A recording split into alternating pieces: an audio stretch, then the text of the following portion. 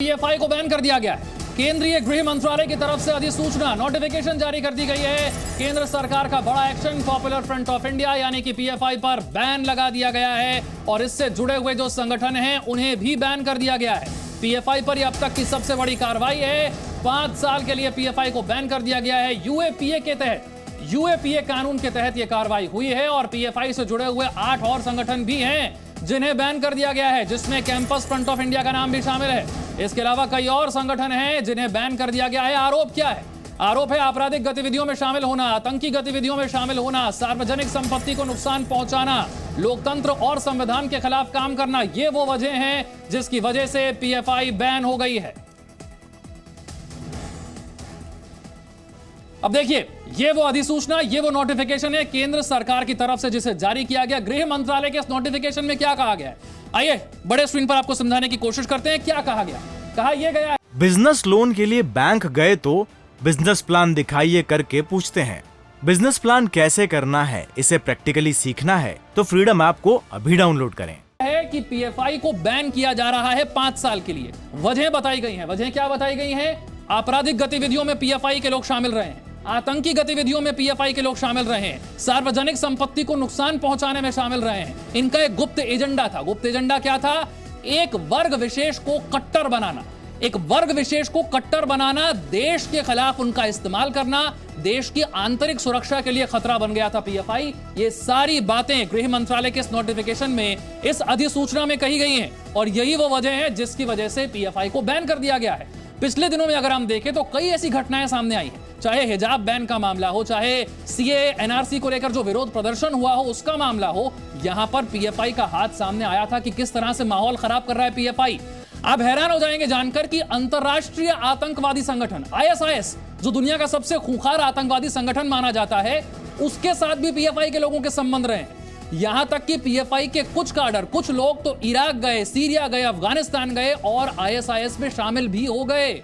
इसके अलावा बांग्लादेश का एक आतंकवादी संगठन है जेएमबी, उसके साथ भी पीएफआई का संबंध सामने आया है और ये सारी वजह गिनाई गई हैं इस नोटिफिकेशन में, इस अधिसूचना में, जिसकी वजह से पीएफआई को बैन कर दिया गया।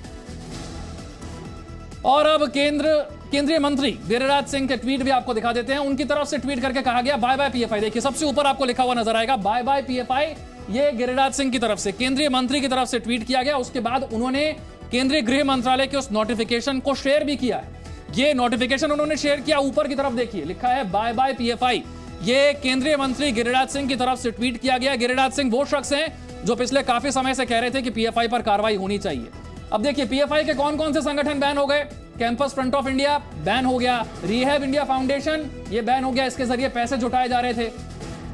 ऑल इंडिया इमाम काउंसिल ये भी बैन हो गया, एनसीएचआरओ बैन हो गया, national women's front, junior front, empower India foundation, ये 8 संगठन है पीएफआई के अलावा। ये सब पीएफआई से ही जुड़े हुए हैं। किसी का इस्तेमाल सामाजिक काम के लिए, किसी का इस्तेमाल आर्थिक काम को दिखाने के लिए। ये सिर्फ दिखावा था कि ये काम इस तरह से कर रहे हैं। मकसद था एक वर्ग विशेष को कट्टर बनाना, मकसद था देश की आंतरिक सुरक्षा को खतरे में डालना, आतंकी गतिविधियों में और आपराधिक गतिविधियों में शामिल होना। जल्दी से समझ लीजिए 10 वो बड़ी वजह जिसकी वजह से पीएफआई बैन हो गया। क्या वो आधार रहे? पहला आधार, देश की अखंडता, संप्रभुता, सुरक्षा के खिलाफ गतिविधियां करना, यह सबसे पहला सबसे बड़ा आधार। दूसरा बड़ा आधार, संविधान विरोधी गतिविधियों में फंड का इस्तेमाल करना, विदेश से पैसा लेना, फिर संविधान और लोकतंत्र को कमजोर करने के लिए काम करना, एक समुदाय को कट्टर बनाना, यह गुप्त एजेंडा था। इसे समझना जरूरी है।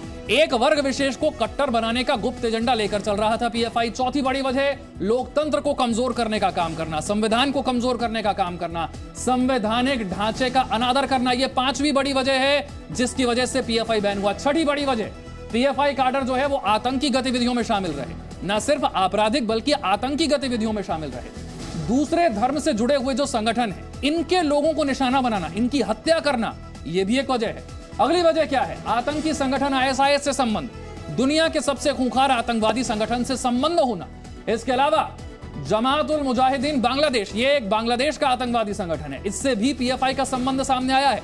जांच एजेंसियों को इसके भी सबूत मिले हैं। और बैन किए गए संगठन सिमी से भी संबंध, student Islamic movement of India, इससे भी संबंध। कहा जाता है कि जब सिमी को बैन किया गया भारत में, उसके अगले साल 2007 में पीएफआई अस्तित्व में आ गया। और इसी पर आप लगातार हर एक जानकारी जी न्यूज पर देख रहे हैं। बड़ी कवरेज, तमाम सहयोगी हमारे जुड़ चुके हैं। प्रसाद हमारे साथ है, जयपाल, प्रमोद हमारे साथ हैं, इसी के साथ मनीष अब हमारे साथ जुड़ चुके हैं। मनीष, ये बहुत बड़ा एक्शन हुआ है और सबसे बड़ी बात है इसी को लेकर जो अभी हम देख रहे थे, एनआईए, ईडी और जो राज्य की पुलिस है उनकी ताबड़तोड़ छापेमारी। जी हाँ, बिल्कुल। देखिए, पिछले 4-5 सालों से एमएचए के अंदर बाकायदा एक इंटरनल नोट्स भी तैयार किया गया था गृह मंत्रालय के अंदर, और उस समय भी बात हो रही थी कि क्या पीएफआई को बैन किया जाए। इसको लेकर के अलग अलग एजेंसीज़ की ओपिनियंस थे, लेकिन पिछले अगर आप 1 साल की बात करें तो सिक्योरिटी एजेंसीज़ काफ़ी डिस्टर्ब थी, क्योंकि जिस लेवल पर पीएफआई इंटरनल सिक्योरिटी के लिए चैलेंज बन रहा था, इनके जो मेंबर्स हैं सिर्फ वो इनके जैसे सीए के नाम पर जो प्रोटेस्ट हुए या कई कम्युनल राइट्स हुए, सिर्फ उसमें ही शामिल नहीं थे। इनके मेंबर्स तो कई टेररिस्ट ग्रुप में भी शामिल हो गए थे, कई आईएसआईएस के आतंकी बन गए थे, बाकायदा ट्रेनिंग कैंप्स जगह जगह मिल रहे थे। केरल में सबसे पहला ट्रेनिंग कैंप इनका मिला था पीएफआई का, लेकिन फिर भी कई स्टेट्स में पीएफआई को लेकर के स्टेट जो है पीएफआई के फेवर में थे, और ऐसी स्थिति में जब स्थितियां बिगड़ने लगी तो ये फैसला किया गया कि अब पीएफआई की एक्टिविटीज़ को सहा नहीं जाएगा, क्योंकि देश की सिक्योरिटी के लिए बेहद ही खतरनाक बन रहे हैं। उसके बाद हमने देखा कि यूपी, कर्नाटका जैसे स्टेट से लगातार होम मिनिस्ट्री से डिमांड रखी कि पीएफआई को बैन लगाया जाए, और 22 सितंबर को जो छापे डाले गए उसका एक ही मकसद था, जिसका ऑपरेशन ऑक्टोपस नाम रखा गया था, जिसको हमने एक्सक्लूसिव इसकी जानकारी दी थी। उस ऑपरेशन के दम पे पीएफआई के जो पूरे नेटवर्क थे उसको तोड़ा गया, पीएफआई से जुड़े तमाम जो उनकी लीगल एक्टिविटीज़ है उसके एविडेंस इकट्ठा किए गए, क्योंकि अगर आप किसी ऑर्गेनाइजेशन को बैन करते हैं तो आपको कोर्ट में ये बताना पड़ता है कि किस आधार पर आप बैन कर रहे हैं, यानी जाहिर तौर पर एविडेंस इकट्ठे किए गए। फिर उसके बाद पीएफआई ने दोबारा मोबिलाइज करने की कोशिश की, देश के कई जगहों पर उन्होंने प्रोटेस्ट या बंद कराने का प्लान किया, और उसके बाद आपने देखा कि कल जिस तरीके से पीएफआई के कई ठिकानों पर रेड हुई और प्रिवेंशन डिटेंशन किए गए, प्रिवेंटिव डिटेंशन किए गए, और आज सुबह सुबह गृह मंत्रालय की तरफ से नोटिफिकेशन जारी किया गया। जो सबसे बड़ी बात यह है कि हमारे पास जो अभी जानकारी है कि लगातार पूरे देश भर के कानून व्यवस्था पर इस वक्त एजेंसीज नजर रख रही हैं, कई जगह पुलिस फोर्सेस के नंबर्स बढ़ाए गए हैं और एमएचए पूरे सिचुएशन को मॉनिटर कर रहा है। अब सवाल उठता है कि अब इससे फ़र्क क्या होगा, अगर बैन किया जाता है तो क्या बदलाव आएगा। देखिए, नोटिफिकेशन में एक और मैं आपको बड़ी बात बताऊं कि स्टेट्स को भी पावर दिया गया है कि स्टेट्स भी पीएफआई के ऑफिसेज, पीएफआई के लोगों पर कार्रवाई कर सकता है, यानी सिर्फ सेंट्रल एजेंसीज ही कार्रवाई नहीं कर सकती, स्टेट पुलिस को, स्टेट को भी पावर दिया गया है। तो दोनों, जो सेंटर और स्टेट दोनों मिल करके कार्रवाई कर सकेंगे, ये जो सबसे बड़ी बात ये है। और अब बैन किए जाने के बाद अगर आप देखेंगे भी तो थोड़ी देर में आपको विजुअल्स भी आने लगेंगे। कई जगह जो पुलिस के जवान हैं वो पीएफआई के ऑफिसर्स को सील करते आपको नजर आएंगे। कई जगह पीएफआई के जो लीडर्स हैं उनको अरेस्ट भी किया जाएगा, क्योंकि ये अनलॉफुल ऑर्गेनाइजेशन हो चुका है। यूएपीए के तहत सरकार ने इसको बैन कर दिया है। प्रसाद भोसेकर के पास चलते हैं। प्रसाद, पिछले दिनों एक खबर सामने आई थी जिसमें बताया गया कि एक कराटे का ट्रेनिंग कैंप चल रहा है, लेकिन जब वहां पहुंचा गया तो पता चला कि ये तो आपराधिक गतिविधियों के लिए, देश विरोधी कामों के लिए ट्रेनिंग हो रही है। इसमें पीएफआई का नाम सामने आया था। मैं प्रसाद आपके पास आऊं उससे पहले एक और बड़ी खबर आपको बता देते हैं। पीएफआई पर केंद्र सरकार की तरफ से यह बड़ा एक्शन लिया गया है। 5 साल के लिए पीएफआई को बैन किया गया। पीएफआई से जुड़े हुए जो संगठन है उन्हें भी बैन किया गया। यूएपीए के तहत यह कार्रवाई की गई है, और 8 ऐसे संगठन जो कि पीएफआई से जुड़े हुए थे उन्हें भी अब बैन कर दिया गया। जैसा कि मनीष बता रहे थे कि अब राज्य सरकारों को भी अधिकार दिया गया है कि वो अपने अपने राज्य में जहां पर पीएफआई के ठिकाने हैं, पीएफआई से जुड़े हुए जो लोग हैं उन पर भी एक्शन ले सकते हैं। यानी कि अब थोड़ी ही देर में आप देखेंगे कि अलग अलग राज्यों से, अलग अलग शहरों से इस तरह की कार्रवाई की तस्वीरें सामने आ सकती हैं, जहां पर पीएफआई के ठिकानों पर राज्य सरकार की तरफ से एक्शन लिया जाए या फिर उनके लोगों पर एक्शन लिया जाए। सुरक्षा को लेकर बहुत कड़े इंतजाम है। गृह मंत्रालय ने पाबंदी लगाई और उसके बाद अलग अलग राज्यों में पुलिस प्रशासन जो है वो सतर्क है। कंट्रोल रूम से सभी राज्यों पर नजर रखी जा रही है। राज्यों की कानून व्यवस्था खराब ना हो, इसका सबसे ज्यादा ध्यान रखने की जरूरत इस वक्त है। प्रसाद, जो जानकारी है, राज्य सरकारों को भी अधिकार दिया गया है और अब राज्य सरकारों को, पुलिस प्रशासन को बहुत सतर्क रहना होगा, क्योंकि जिस तरह से बैन हुआ है उसकी प्रतिक्रिया जरूर होगी। बिल्कुल, पिछले हफ्ते जब हमने देखा था, पहली बार जब रेड हुआ था पीएफआई पर, तो आंध्र प्रदेश के कर्नूल जो टाउन है वहाँ पर ज़बरदस्त विरोध प्रदर्शन हुआ था, और यहाँ पर भी जो नॉर्थन तेलंगाना है, उत्तरी तेलंगाना है, वहाँ पर भी जब कार्रवाई की गई थी तो ज़रूर छोट मोट प्रदर्शन देखने को मिले थे और लोगों का विरोध देखने को मिला था। लेकिन खास बात यह है कि किस प्रकार से पीएफआई के जो एक्टिविस्ट थे यहाँ पर अपने पैर पसार रहे थे, कराटे कैंप के आड़ में या फिर कुछ सोशल वर्क के काम के आड़ में या फिर कुछ दूसरी मदद को लेकर छोटे छोटे गाँव में, छोटे कस्बों में लोगों को अट्रैक्ट करने की कोशिश कर रहे थे। खासकर यंगस्टर्स को, युवकों को अपनी तरफ आकर्षित करने की कोशिश कर रहे थे। और जहाँ तक ये कराटे कैंप की बात है, काफ़ी खास है जो तेलंगाना पुलिस ने उसको बस्ट किया था।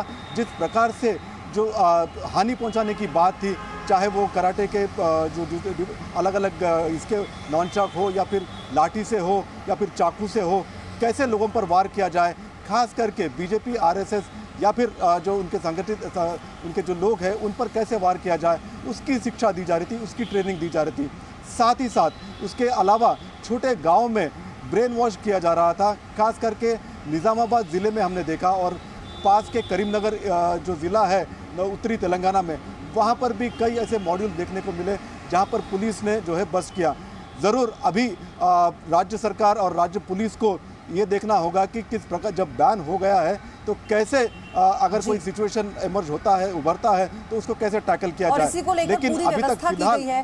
जयपाल भी हमारे साथ है। जयपाल, पिछली बार हमने देखा था कर्नाटक में सबसे ज्यादा विरोध प्रदर्शन देखने को मिला था। अभी किस तरह की और व्यवस्था की जा रही है, क्योंकि जैसे जैसे दिन चढ़ेगा कानून व्यवस्था को बनाए रखना बड़ी चुनौती तो है ही और इसी को लेकर बड़ी तैयारी भी है। जी देखिए पयोधी, मनीष ने अभी थोड़ी देर पहले ऑपरेशन ऑक्टोपस की बात की और ये दर्शाता है कि इस काम को करने से पहले जो केंद्र सरकार है उसने पूरी तैयारी की थी। केंद्र सरकार ने न सिर्फ तैयारी की बल्कि राज्य सरकारों को भी इस पूरे मामले के अंदर में रोप इन किया। यहाँ की राज्य की जो पुलिस है उसको भी अपने साथ जोड़ा। यहाँ पर अगर हम दक्षिण की बात करें तो सिर्फ कर्नाटका को अगर हम छोड़ दें तो तमिलनाडु के अंदर डीएमके की सरकार है, केरल के अंदर में वामपंथियों की सरकार है, लेकिन फिर भी वहाँ की जो राज्य पुलिस है वो लगातार गृह मंत्रालय के संपर्क में रही और उनके निर्देशों के ऊपर में उन्होंने काम किया। तो इस समय में जो कल की कार्रवाई हुई है जिसके अंदर में प्रिवेंटिव अरेस्ट लिए गए हैं, क्योंकि जैसा कि पहले जितेंद्र बता रहे थे कि पीएफआई के जो सदस्य होते हैं उनकी कोई लिस्ट तैयार नहीं होती है, उनके साथ कौन जुड़े हुए हैं उनका कोई ब्यौरा नहीं होता है, लेकिन बहुत ही माइन्यूटी से, बहुत ही सूक्ष्मता के साथ केंद्र सरकार ने और साथ के साथ राज्य सरकार की पुलिसों ने जो है एक ऑब्जर्व किया और उसके बाद कल जो प्रिवेंटिव अरेस्ट किए गए हैं। इस वक्त भी अगर हम कहें तो तमाम राज्य सरकारें जो है पूरी तरह से सतर्क है। यहाँ का पुलिस बल पूरी तरह से सतर्क है। जिन जिन जगहों पर रेड की गई थी उन कार्यालयों को सील कर दिया गया था, वहाँ पे पुलिस बल मौजूद है और लगातार इस वक्त मैं पूरे कह सकता हूँ कि जितने भी राज्य हैं जहाँ पर यह कार्रवाई हुई है वहाँ पर पुलिस की नज़र लगातार बनी हुई है और वो इस चीज़ के लिए तैयार है कि अगर आज कहीं कोई विरोध होता है तो उसके ऊपर वो कार्रवाई कर सकेंगे।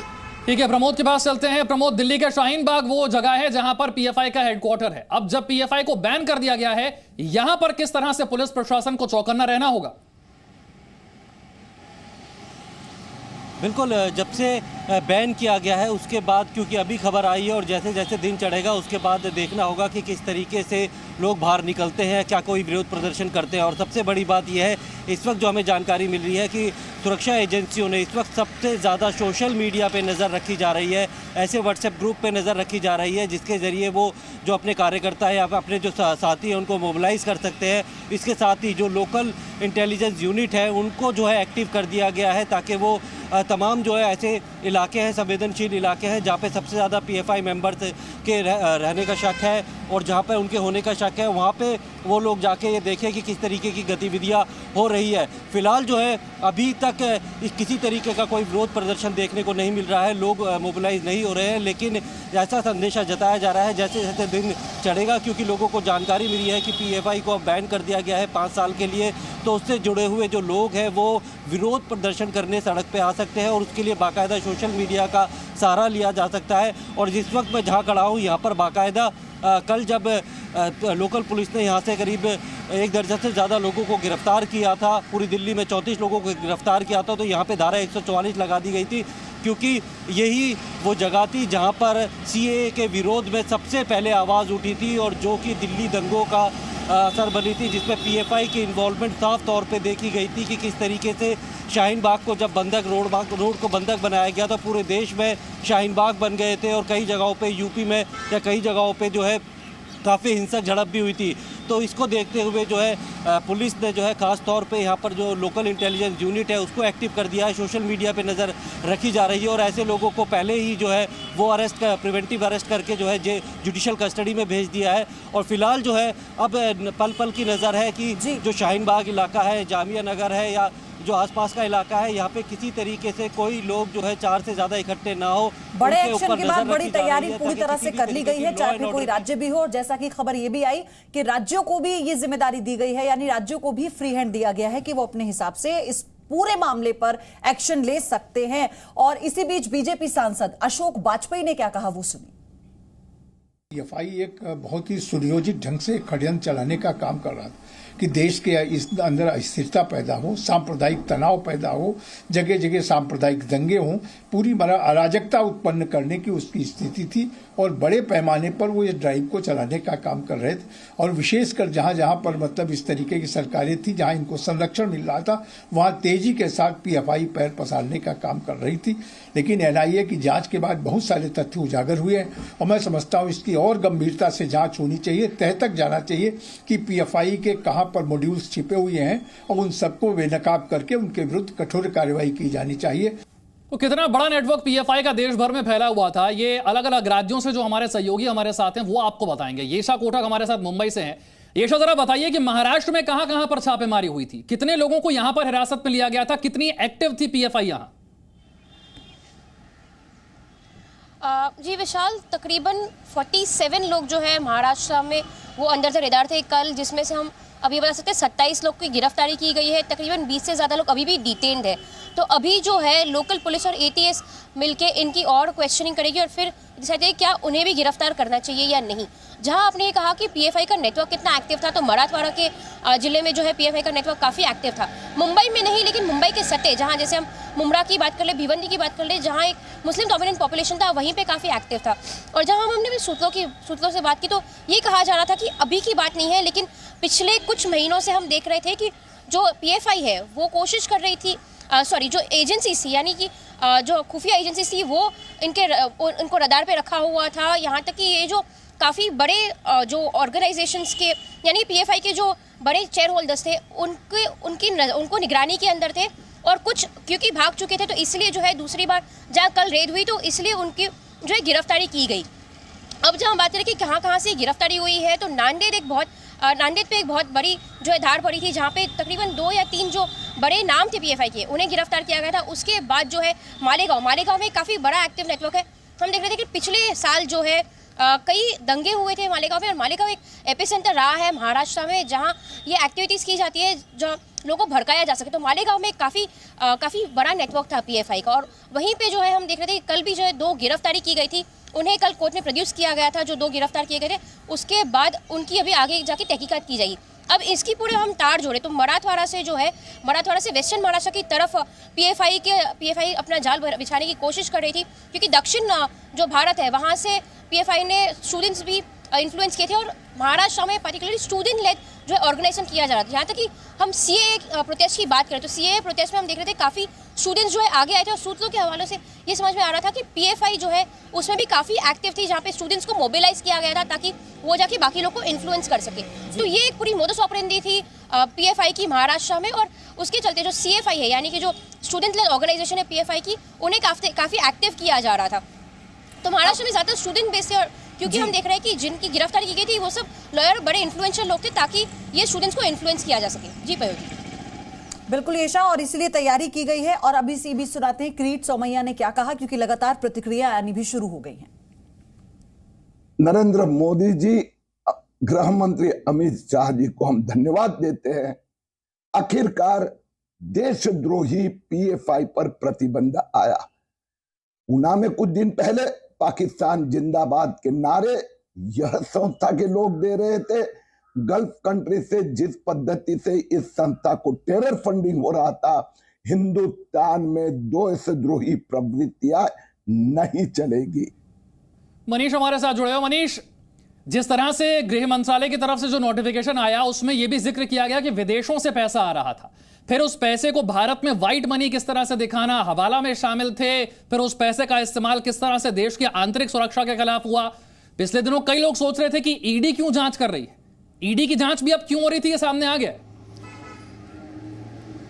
बिल्कुल विशाल, देखिए हमने लगातार इस पर रिपोर्ट भी दिखाई थी कि कैसे गल्फ देशों से पीएफआई को पैसे मिलते हैं। अगर आप इनके मोडस ऑपरेंडी को देखें तो पीएफआई के बारे में जी मीडिया ने, जी न्यूज़ ने रिपोर्ट दिखाई थी कि कैसे PFI main power supply company चलाता है। यानी गल्फ देशों में जो यहाँ इंडियन मुस्लिम्स हैं जो वहाँ काम करने जाते हैं, पीएफआई की मेन पावर सप्लाई कंपनी है। और जब ये काम करने जाते हैं तो इनसे कहा जाता है कि आपको हर महीने 100 दिरहम यानी 100 दिरहम आपको हमें भेजने हैं। और 30,000 ऐसे लोग हैं जो पीएफआई के सिर्फ मेन सप्लाई कंपनी के जरिए गल्फ के देशों में काम कर रहे हैं। और आप इनको कैलकुलेट कर ले तो 3 मिलियन दिरहम तो सिर्फ मेन सप्लाई जो कंपनी है इनकी, उसके जरिए इनको मिलती है।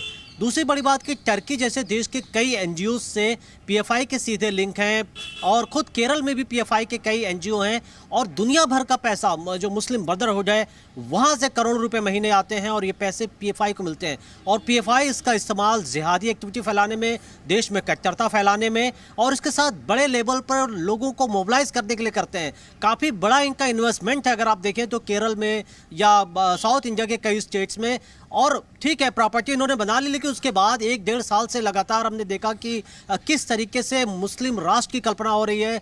2047 विजन डॉक्यूमेंट्स मिल रहे हैं और उसके साथ सीए के नाम पर प्रोटेस्ट हो रहे हैं। दिल्ली में जो राइट्स हुए उसमें ये पाया गया कि पीएफआई के लोग शामिल हैं। दिल्ली पुलिस की इन्वेस्टिगेशन में बात सामने आई है। तो ये जो एक्टिविटीज़ थी देश को तोड़ने वाली थी और यही वजह है कि आप ये देखें अगर नोटिफिकेशन तो उसमें एक डिटेल्स है कि पीएफआई ने क्या क्या लीगल एक्टिविटीज़ की है, जैसा कि आप मेंशन भी कर रहे हैं कि इसमें फंड का भी जिक्र किया गया है। और सबसे बड़ी बात यह है कि अब इस पर जब बैन का फैसला ले लिया गया है तो अब इसके जो तमाम दफ्तर हैं, इसके जो मेंबर्स हैं, अब उन पर कैसे अंकुश लगाया जाएगा। प्रसाद, क्योंकि अब ये प्रक्रिया शुरू होगी, जो दफ्तर हैं उन्हें सील किया जाएगा या फिर जो ऐसे सदस्य हैं जो अभी भी रडार पर हैं उन्हें लेकर लगातार और धरपकड़ होगी, तो ये कैसे पूरी प्रक्रिया होगी, इसको लेकर अब क्या तैयारी की गई है? देखिए, एक खास बात हमको यहाँ पे देखने को मिली। हालांकि सरकारें अलग अलग हैं, लेकिन दक्षिण भारत में अगर देखें तो अलग अलग सरकार ज़रूर है। और जिस प्रकार से कोऑर्डिनेशन हुआ है तो वो काफ़ी खास है, अपने आप में खास मायने रखता है, चाहे वो तेलंगाना, कर्नाटका या फिर केरला हो। और ऑफिसेस की बात जहाँ पर है तो हैदराबाद में जो ऑफिसेस सील कर दिए गए हैं। और एक और इम्पोर्टेंट बात यह है कि ये लोग संगठित नहीं हैं। जिस प्रकार से ये लोग अपना संगठन चलाते हैं वो एकदम बिल्कुल अलग अलग तरीके से चलाते हैं, जैसे कराटे कैंप हो या फिर दूसरा कोई सोशल वर्क हो, वैसे कामों में जहाँ पर ऑफिस नहीं लगता या फिर लोगों को एक साथ जो है ज़्यादा बुलाना ना पड़े, और अलग अलग इनके तरीके होते हैं। तो ये जो उनका तरीका है, इस मॉड्यूल को ब्रेक करने में दोनों ही राज्य और केंद्र की सरकारें हो या पुलिस हो वो सफल हुई है। लेकिन आने वाले दिनों में ये भी देखना है कि कितना जो है इन्होंने पैर पसारा है और कहाँ तक ये लोग पहुँचे हैं। क्या पूरी तरह से बैन लगने के बाद जयपाल, यहाँ पर एक चीज ये भी समझने वाली है जयपाल के पास चलेंगे। जयपाल, जिस तरह से पिछले दिनों कर्नाटक से हिजाब बैन के बाद जो है ये पूरा विवाद खड़ा हुआ था, वहां पर पीएफआई का बार बार नाम आया था। ठीक है, जयपाल का संपर्क हमारे साथ नहीं हो पा रहा। मनीष, पिछले दिनों की घटनाओं में अगर हम जिक्र करें तो हिजाब को लेकर जो विवाद हुआ, नागरिकता कानून को लेकर जो विवाद हुआ, उत्तर प्रदेश के हाथरस की घटना के बाद माहौल खराब करने की कोशिश की गई, कानपुर में इसी तरह की हिंसा की गतिविधियां, दिल्ली में इसी तरह की हिंसा की गतिविधियां, यानी कि हाल के वर्षों में कई ऐसी घटनाएं जहां पीएफआई का नाम आया। देखिए विशाल, मैं बड़ी खबर आपको देने जा रहा हूं जो हमें सिक्योरिटी एजेंसी से जानकारी मिल रही है कि जो रेड्स हुई थी पीएफआई के खिलाफ, क्या क्या मिला था और क्यों पीएफआई को बैन किया गया। मैं आपको पढ़ के सुनाता हूं। सबसे पहले कि आईडीज़ को कैसे बनाया जाए, इसके डॉक्यूमेंट्स पीएफआई के पास से मिले। यानी जिस तरीके से नक्सली जम्मू कश्मीर के टेररिस्ट आईडीज़ बनाते हैं उसका इस्तेमाल पीएफआई करता है। ये एक्सक्लूसिव इंफॉर्मेशन हम आपको दे रहे हैं क्योंकि ये भी एक रीजन था कि पीएफआई एक टेररिस्ट ग्रुप की तरह बिहेव करने लगा था। दूसरी सबसे बड़ी बात, कई ऐसे डॉक्यूमेंट्स मिले हैं जिसमें किस तरीके से एक्सप्लोसिव हासिल किया जाए और कैसे लोकल जो मटेरियल्स है उसे एक्सप्लोसिव बनाया जाए, मसलन फर्टिलाइज़र और भी तमाम, जिसका मैं नाम नहीं लेना चाहती कि कैसे एक्सप्लोसिव बनता है क्योंकि इसका फ़ायदा देश के जो आतंकी हैं वो उठा सकते हैं। और किस तरीके से सिक्योरिटी एजेंसीज़ के रडार से बचा जाए, इसकी एक्सक्लूसिव इंफॉर्मेशन सिक्योरिटी एजेंसीज़ को मिले हैं। इनके पास से जीपीएस रेडियो सेट्स मिले हैं पीएफआई के पास से। ये बहुत बड़ी खबर आपको बता रहे हैं, ठीक उस तरीके से कि जिस तरीके से जम्मू कश्मीर में टेररिस्ट ग्रुपों के पास मिलते हैं, और इसके साथ ही साथ काफ़ी कैश मिले हैं। अगर मैं आपको कैश की बात करूं, जो मेरे पास डॉक्यूमेंट्स आ रहे हैं, कैश बेंगलोर से मिले हैं, एक पीएफआई लीडर के पास से, जिसके अमाउंट अभी मेंशन नहीं किए गए हैं, और इसके साथ ही साथ तमाम लिटरेचर्स मिले हैं। कोलकाता ऑफिस से भी पीएफआई के स्टेट प्रेसिडेंट के पास से बड़ी संख्या में किस तरीके से ट्रेनिंग की जाए, फिजिकल, यानी कुछ डॉक्यूमेंट्स मैं देख रहा हूं जिसमें लिखा है फिजिकल एजुकेशन गाइड, इस नाम से डॉक्यूमेंट्स मिले हैं। महाराष्ट्र की उस पर सील लगे हुए हैं, और इसके साथ ही साथ कई ट्रेनिंग कैंप्स की जानकारी मिली है। तो हम बड़ी जानकारी आपको दे रहे हैं कि पीएफआई के पास से, पीएफआई के छापों से आईडी कैसे बनाया जाए, कैसे एक्सप्लोसिव बनाया जाए, किस तरीके से देश को तोड़ा जाए, जीपीएस रेडियो सेट्स मिले हैं। तो जाहिर तौर पर इस आधार पर सिक्योरिटी फोर्सेस ने और हमारी एजेंसीज ने और होम मिनिस्ट्री ने फैसला किया कि पीएफआई देश की। अच्छा मनीष, यहाँ पर एक बड़ी बात यह भी है कि पीएफआई अपने कैडर की लिस्ट को मेंटेन तो करता नहीं है, उससे कितने लोग जुड़े हुए हैं ये कोई लिस्ट है नहीं, तो ऐसे में आगे की कार्रवाई किस आधार पर होती है?